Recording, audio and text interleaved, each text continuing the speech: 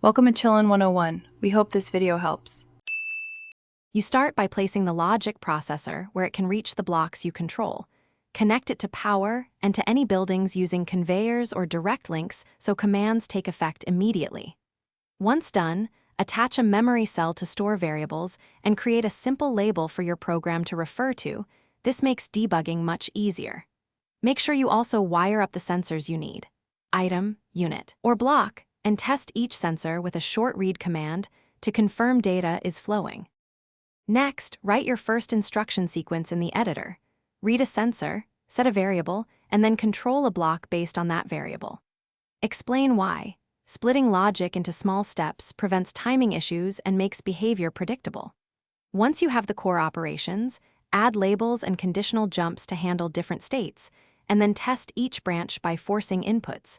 Print variable values to the console so you can see live results. Make adjustments and rerun until outcomes match expectations. Finally, deploy the program and observe it controlling the factory or defense.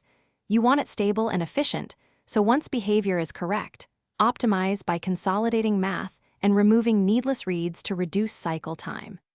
If things go wrong, check for obvious issues like disconnected blocks or empty sensors, and add guards that skip actions when data is invalid. When stubborn bugs remain, isolate the failing module. Run step mode to watch each instruction execute, and use memory snapshots and prints to pinpoint and correct the logic. Thanks for watching. Consider subscribing if we helped you.